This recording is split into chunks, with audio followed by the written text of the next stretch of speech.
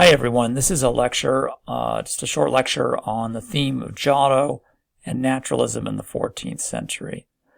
Giotto is often held up in art historical surveys as perhaps the most revolutionary artist to come along in Western art in roughly 1,000 years, and often described as a kind of, herald of the Renaissance, or another kind of generalizing and sort of valorizing term. It's important to notice, and I think we'll see some examples of this, that he's certainly not alone in new trend toward naturalism that emerges toward the later decades of the 13th century. But he certainly stands as the most prominent exponent of this new style in the visual arts. To begin with, it's worth pointing out that the status of painting in Italy toward the middle of the 13th century or so is very much influenced by panel painting that would have come from the East and the Byzantine Empire. The history of painting in the West is complicated for a number of reasons. Going all the way back to the classical period, the record is uneven, to say the least, in terms of what people had access to at the time, say, of Giotto, or even a little bit earlier. Greek painting is virtually non-existent, and a lot of Roman painting would have been mural decoration and either destroyed or buried. A good example being the paintings found in certain buildings in Rome, or the most famous would be the examples from Herculaneum and Pompeii. So the access that Italians or other European painters would have had to classical models is limited at best. Byzantine artists operating in Constantinople would have had more access to first-hand examples, especially of later sort of early Christian manuscript illumination, as well as access to mosaics or frescoes firsthand. Over a number of centuries, this tradition emerges to be most effectively transmitted to the West in panel paintings known as icons. And I'm showing an example here from the monastery of St. Catherine on Mount Sinai, and this goes back to, I think, roughly the 6th century, more or less. It's quite an early icon painted in caustic, and gives us a good example of how consistent the transmission of the Byzantine style was to the West when it's compared to the painting by Bonaventura Berlingieri in his St. Francis altarpiece, the central panel, which is still extant in the Church of San Francesco in Pescia in Italy. The Berlingieri piece represents a relatively contemporary personality, St. Francis, focusing on a central kind of hieratic representation, a very holy and sacred frontal posture of the saint, an emphasis on relative two-dimensionality and a certain otherworldly presence is easily noted in this picture. To the either side of the saint are seen narrative incidents of his life and miracles. The most interesting in many ways for us is the representation of his receiving the stigmata, the wounds of Christ at Laverna, about 2 years or so before his death. His death is in 1226, and his preaching to the birds in Bavaria. And I'm not sure what the date on that is, but suffice to say that St. Francis, in the context of the date of this painting, 1235, is a very contemporary figure indeed, located in time and space. And perhaps this painting illustrates an increased interest in relatively contemporary historical anecdote and narrative. There's little doubt that the Franciscan movement, which emerges with great speed after the death of St. Francis, especially seen in the basilicas at Assisi, but also in numerous other churches that were being built by this mendicant order, that along with the Dominicans, really alter substantially the scene in church architecture and indeed in Catholic Christianity in the 13th century. These churches, often located in relatively urban areas, were expected to have in their fabric a substantial quantity of illustration, narrative, to bring in the kinds of people that Franciscans typically tended to, which would have been the urban poor. This style that Berlingieri is a proponent of is often described using sort of hybrid term of Italo-Byzantine, and you can see aspects of that Byzantine style very prominently in the generous use of gold leaf for the background. So there's no real sense of a cohesive pictorial space that this figure stands in.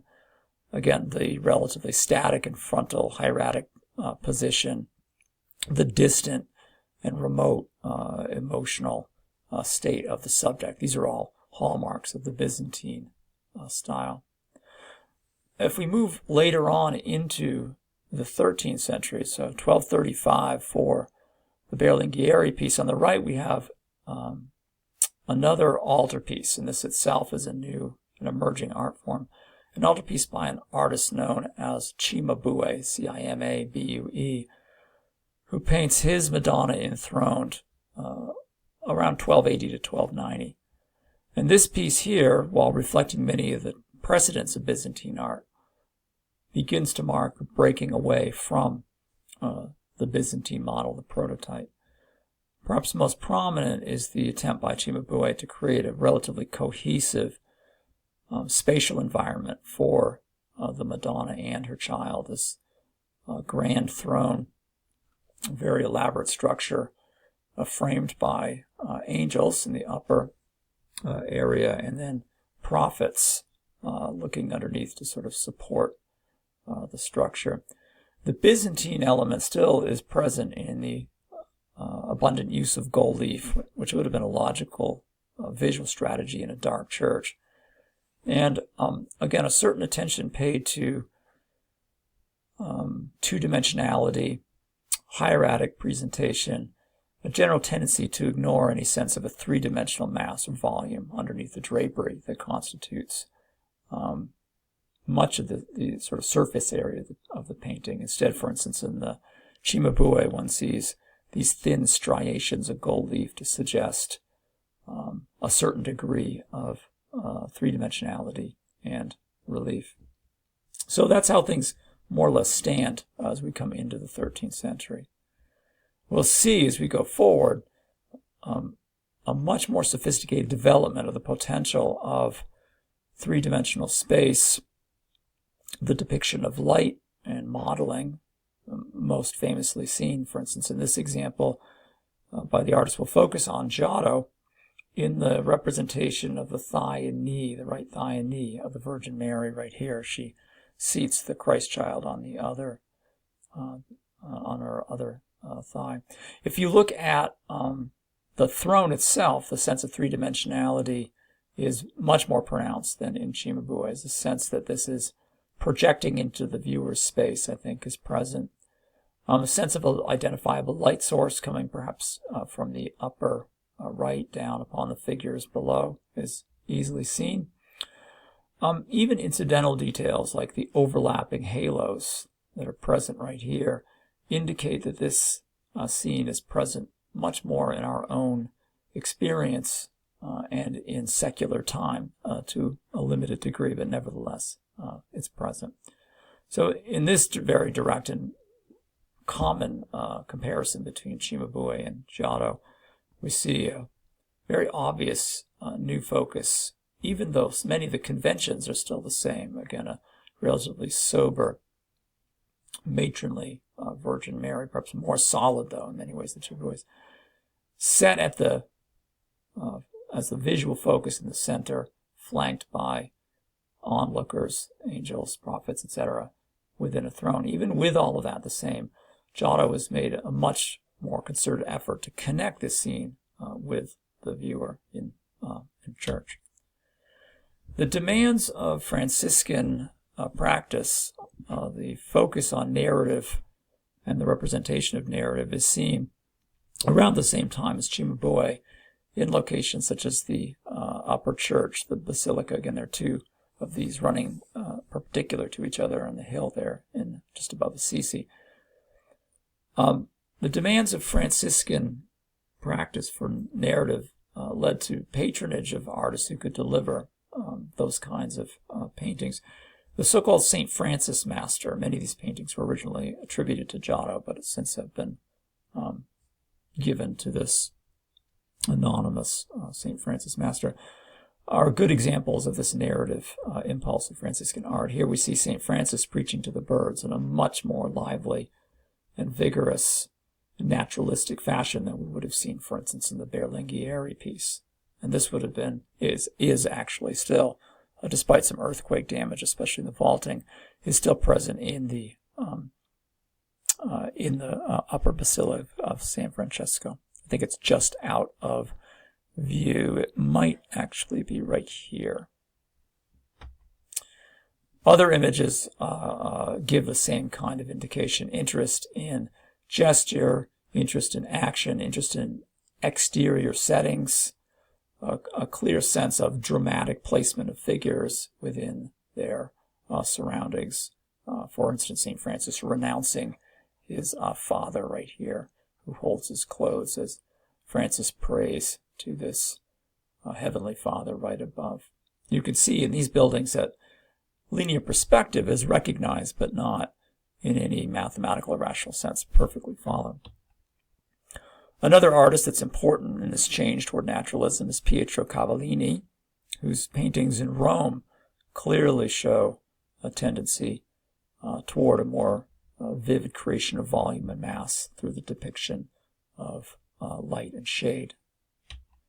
Most famous of Giotto's works would be his fresco cycle for the interior of the Reina Chapel in Padua. This dates from around 1305 to 1306, and it's thought that the building, which is represented right here as being presented by Enrico Scrovegni on behalf of his father, the Scrovegni were an important banking family, that the building was perhaps built specifically to house Giotto's frescoes, and it's built and decorated as a kind of votive offering, a mode of offsetting the sin, which was a sin regarded by the church as a sin in the Middle Ages, of usury, of loaning money at interest. It's significant that figures in the Last Judgment scene are counterweighted hanging from trees by money bags. And so there's no doubt that this building had that function. Giotto, who is in this case recognized by everyone as the author of these works, presents us with a cycle of scenes from the life of the Virgin Mary and of Christ. Here are some early scenes that show very clearly the strategies that Giotto uses to create a cohesive, solid, and, if you will, rationalized and majestic image of religious narrative. Here you see the parents of Mary, Joachim and Anna, and the sources for this material. The source for this is really more legendary than and apocryphal than authoritative. But Joachim and Anna have not had children, and they're thrust out by their community in a form of exile. And you can see Joachim here with the shepherds. This dog looks with a kind of sense of anticipation, and indeed anticipation and narrative flow are major themes in these paintings. They have visions that they will have a child and meet outside the Golden Gate. And Giotto's use of architecture to unify and drive the narrative is really obvious here. Jesus is born. We're skipping over a fair number of episodes from the life of the Virgin here to show again this proceeding through in a stately, slow, magnificent, sort of careful way that Giotto has. That sense of occasion and moment is seen also in the miracle at Cana here, where symbols of communion, these large vats of wine, are being sampled by this rotund individual here. Again, the sense of unity and simplicity in Giotto's settings is very apparent. An echo of that scene there, the flight into Egypt, is obvious in the entry into Jerusalem. And the crucifixion